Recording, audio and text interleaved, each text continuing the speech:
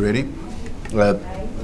This is Dr. Ng from Singapore and Dr. Fiona McMaster from England, and we're going to have a brief conversation about what happened, I guess, to Dr. Ng's patient.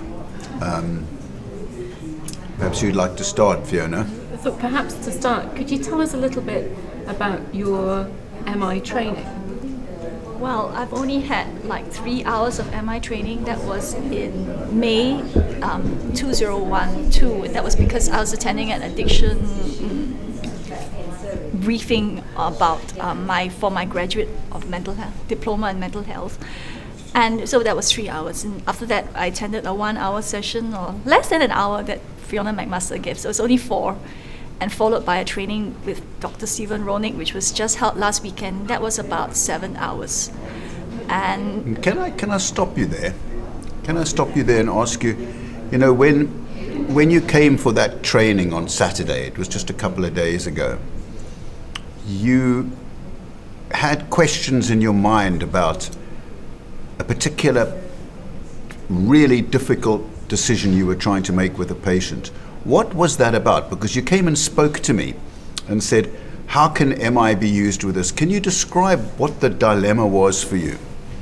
Okay, the dilemma was because I had been trying everything that I'd known in my 4 hours of training, and it was a difficult situation because he had been someone I've been working with for years, and he was at a major crossroad in his life.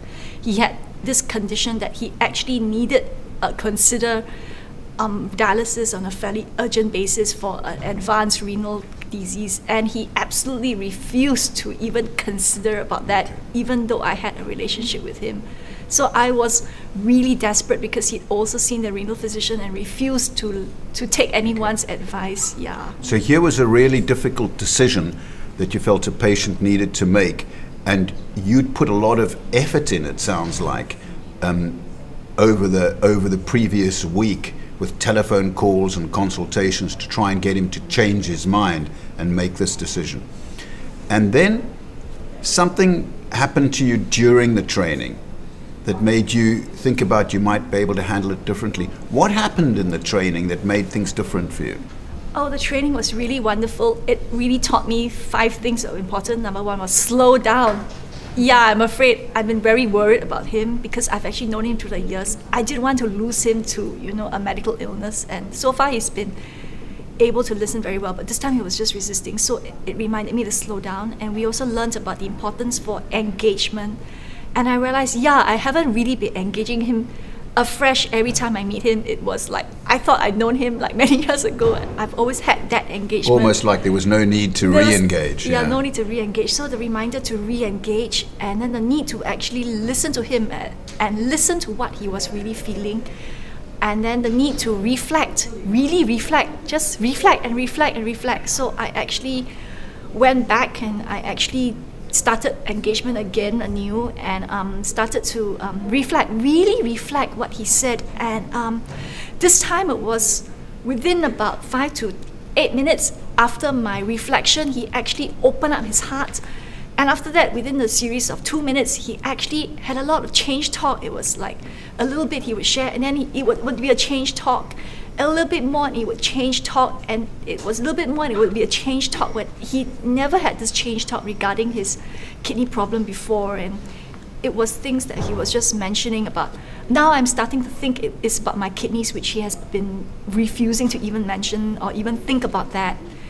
And he even asked me about, you know, now I've been thinking about dialysis, and over, you know, the several months he's been refusing to think about it. It's like, you know, in just that short training I was able to apply. It was really useful. And in fact, he even told me right now, you know, I'm really thinking and I want to go back and see the renal physician again. It's like, wow. And that's really a breakthrough, because in the last 2 months he's actually been avoiding this area completely. Yeah. So this was Saturday was the training. Yes. And then you've already seen the patient. It's Monday afternoon. When did you see the patient? I just saw this patient on Monday morning at about 10 o'clock. This morning at 10 Yeah, o'clock. and so within about like 10:15, he was out of my room, whereas our normal consultations would be 20 minutes to half an hour. He was out of my room within 10-15 minutes, and he felt good, I felt good. It's like, whew. And so it's quite strange that, because you're actually saying that the use of listening saved you time. The use of the effective way of am I listening with the reflections saved me time, yes. Because I was listening before, but I wasn't doing this sort of reflection when I was actually reflecting his feelings to him and asking him, because I was like relaxed. And previously it's like I would have a particular agenda, so it's like, and what we learned was during the Saturday was slow down, you don't know where it's gonna go, just let it be. And that made the difference. Slow it down and let it go. I don't know where it's gonna go. And I had no agenda, and it was so successful. It's like, oh my, no agenda is actually better. So funnily enough, the more you slowed down, the better was your progress, and the less you tried to create a direction and oblige this person to go in a particular direction, the better was your progress. Yes, in fact, he was able to bring the focus himself in the picture. And I was so astonished. The focus actually came from him. He was actually talking about renal. He was actually talking more about his kidney. And he was talking about more of the symptoms pertaining to his kidney. He was actually talking about, now I'm open to consider. Okay. He actually gave the focus himself, and he was actually giving questions that I could actually invoke more thought from him, whereas I couldn't do any of that before. That's really interesting. So he knew what you were interested in, but more important, he knew what was in his own best interest. Yes. Yeah.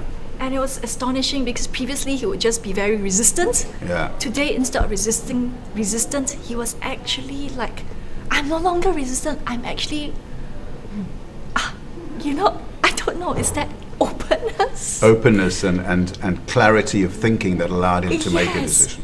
And he was calmer. He's usually so upset and angry, and therefore he would shut down. Yeah. And I will feel his anger. Today he wasn't at all angry. In fact, I was very calm, and he was very calm. We were both very calm. It was quick and fast. And calmness makes the difference. Yes. I was so astonished, and I realized that just by little bit I had to change. Yeah, it was a small change for you made a big difference for him. Yeah, well, thank you so very, very much for sharing your ideas with us, and we'll use this in training, and I'm sure you will stand out for many people as a beacon of hope in busy practice. So thank you so much, Doctor. Thank you, Stephen Rollnick, for teaching us, and Dr. Fiona McMaster. What we learned that day was really powerful. Great. Thank you very much. Thanks. Excellent. Oh, that's fantastic, Doctor.